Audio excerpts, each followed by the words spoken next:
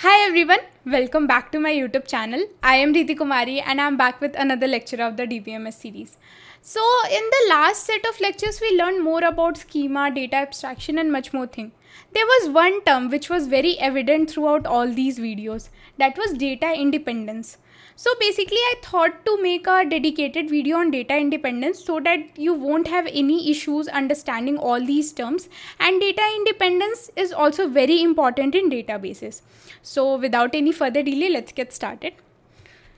So data independence is basically a fundamental concept with database design and management, emphasizing the distinction between the logical and the physical dimensions of data storage and administration in a database management system. This principle yields various benefits such as enhanced flexibility, heightened security, and simplified maintenance. Now, do you remember in the schema video as well and in the abstraction video as well, I told you about some levels like view level, conceptual or logical level, physical level. So if you are not remembering it right now, I have a picture about that as well. Yeah. So this is the diagram for the same. So basically, let's understand what is data independence and how it is helping us to achieve more flexibility and higher security and much more things. So basically in data independence, what happens na, ki as you can see from the term data independence. So somehow we are making user independent of the data. So basically data independence here means na, ki at any level, either it be physical level, either it be logical level, either it be view level, at any level, if there is any change,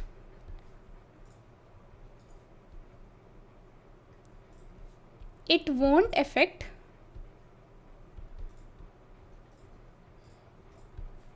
the other levels. So basically consider that there are three levels: physical, logical and view. Physical level basically deals on where the data is stored.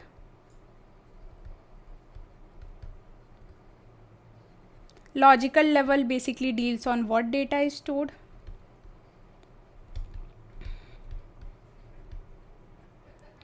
And view level basically deals on, you can say, virtual tables or views based on user requirements. So basically this is a brief about all the three levels. So in the physical level, we are majorly concerned about where our data is being stored. In the logical level, we are basically concerned about what data is being stored. And in the view level, according to the user requirements, we see some kind of virtual tables. Consider like I am working in a factory, right? So there would be many people in the factory. One would be a salesman, one would be someone who is looking into some other details in the factory. So for like each member, there would be some different database which would be shown to them. Also we can take an example of library. Consider in library there are many people, there are students, there are then library staffs, then there is a person who looks into all the databases. So for the students there would be some data which would be visible. For the librarian there would be data like when the student issued that particular book, what is that particular book, what is the price of that book, and much more things would be visible. And for the library, for the person who is looking mostly into the database or a higher level authority, they would be having access to the librarian data as well as the student data. So according to the requirements, like if I am a student, I want to see these particular fields in that particular database or that particular column in that particular database, so I can see that according to my user requirement. If someone who is a librarian, he or she wants to see that which student issued which book on which particular date, what is the price of that book, what is the student ID and much more thing, he or she can see that. So basically in the form of virtual tables, we get to know data according to the user requirements. So this is about all these three levels. So here data independence, what happened na, ki data independence says that if there is any change at physical level, there won't be any impact at the logical level. So if we are making any change in the physical level, the logical level won't be impacted. So basically this is also called as physical data independence. So in physical data independence, it says that any change which is happening at the physical level, it won't affect the logical level. Let's understand it from an example. So let me just erase everything and then we will see the example. So yeah, okay, so physical data independence. So consider that let's take an example of book. Okay, so there is a database of book. Okay, consider that right now it is stored in a hard disk. The database is stored in a hard disk, like the number of books which is available at a particular library. Now consider one day, since there is like lot of database, we thought to move it from hard disk to cloud storage. So basically earlier the database used to reside in the hard disk, but now the database has been migrated to cloud storage. Like you can also take an example of like various e-commerce platforms. So some e-commerce platforms or some e-commerce companies which used to exist 20 years earlier and are existing now as well. So they might have some data. So it sounds very vague na ki from 20 years they are using the same source for their data storage and everything. They might have migrated it to some different places. They might have opted some new techniques for data optimization and much more thing. So basically whenever we are doing this migration from hard disk to cloud storage, there is no effect which is seen in the logical level. So basically whenever we are doing anything on the physical level, logical level is not affected, and that is called as physical data independence. So basically any data change, or like any data change I can't say, but any thing which happens in the data, like the data storage has been removed from one place to another, or any change which is happening at a physical level won't affect the logical level. So this is called as physical data independence. Now the second one is logical data independence. So basically in logical data independence, what it means ki if any change is there in the logical level, it won't affect the view level. So basically in logical level, what could be the changes? So basically in physical level, we deal with where the data is stored.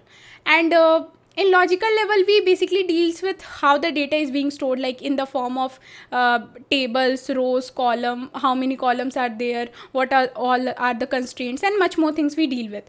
Consider that again, I am taking the same example. So I have a book database, right? Now in the book database, I have different factors such as book ID, book author.